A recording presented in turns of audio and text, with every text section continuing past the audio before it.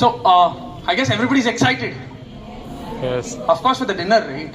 Not for the presentation. Before I start my session, I would request everybody to do one favor for me. I want everybody of you to come, lean a bit forward, keep your back straight, and close your eyes for a couple of minutes. Please do it for me. Everybody in the hall, please. Please close your eyes and try to imagine what I'd be telling you people. Right? You're all sitting in a closed space, sticking to one another, wearing the white rugged clothes. Can you feel it? Yes. Listening to the Mukhya, right? You look into the calendar and the date is July 2nd, 1946. The Mukhya is wearing a green dress. You're a group of youths from different parts of the country assembled in the capital, New Delhi. The capital, New Delhi. You're a group of youth. Recently, the red leader who led the freedom struggle from Karnataka was shot by the British. Clenching your fists and holding your lattis, you shout, Vande Mataram, Vande Mataram. Please continue the flow. Holding tight to the lattis, listening carefully to the green leader, planning to charge on the 20 khaki men outside the door. Just outside the door, waiting for you, the 20 khaki men. You grind your teeth. Swoosh came the bullet through the door, hitting the sternal bone of the green leader. Alas, he falls down. Slowly, rugged white clothes become red with blood. The green clothes remind you of the red leader. Both were shouting, Azad ho Hind! Azad ho Hind! Azad ho Hind! There falls his lathi stained with blood. The question is, who's going to raise that lathi again?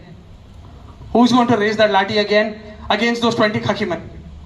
I request you to please open your eyes. Were you people able to imagine that?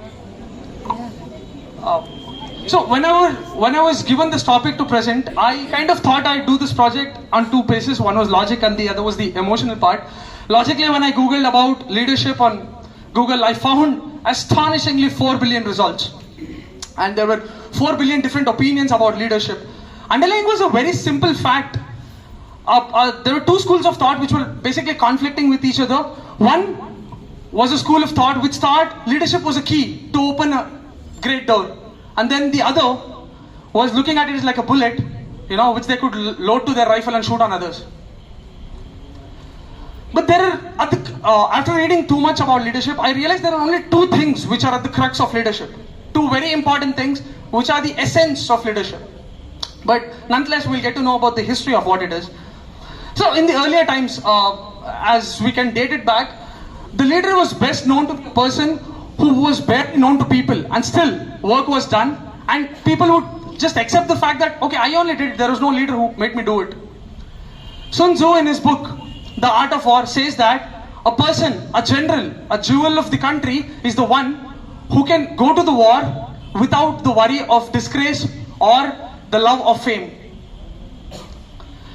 But things took a turn. There was a different paradigm in the 16th century when Nicholas Machiavelli said that in his book Prince, that leader is the person who has to keep strength to himself, irrespective of the force or deceit.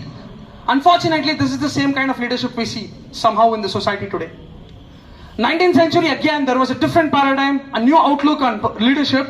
It was leaders were born. Apparently, we could call that nepotism, but again, today also it is prevalent. An MP's son becomes an MP. It's not a wrong thing, but the general thought of inheritance of leadership via genes is not true. 20th century was more dramatic because Frederick Taylor told that why do we have to do leadership and take that amount of hectic when we can manage people, drain out the maximum efficiency a person has.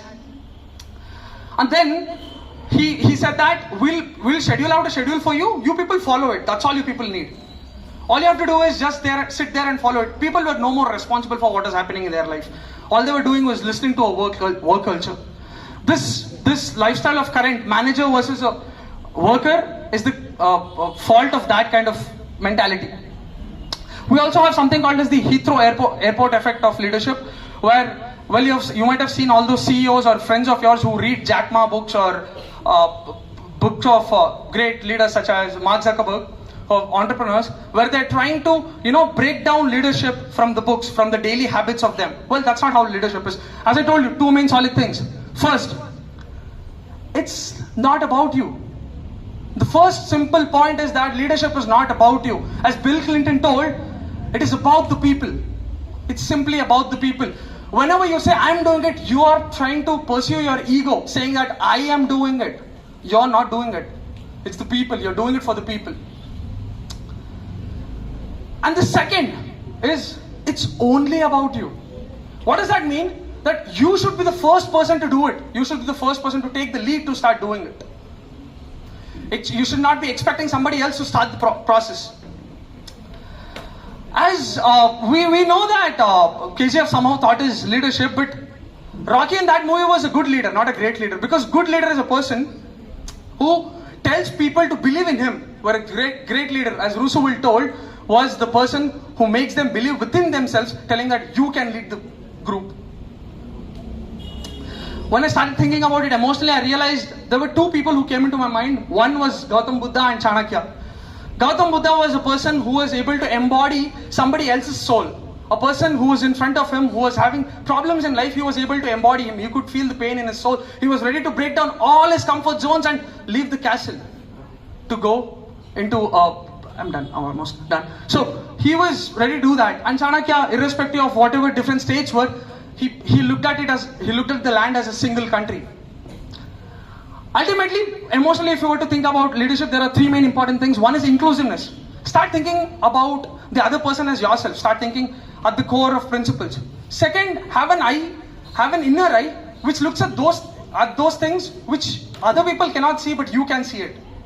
And lastly, make sure that following principles, you can unite people and bring them on a common platform. Lastly, my conclusion, it's a capacity, a capability, as simple as respiration. Everyone possesses it and everybody performs it in a day-to-day activity. But the point is, now it's time to perform it for a larger cause, a larger principle. Thank you.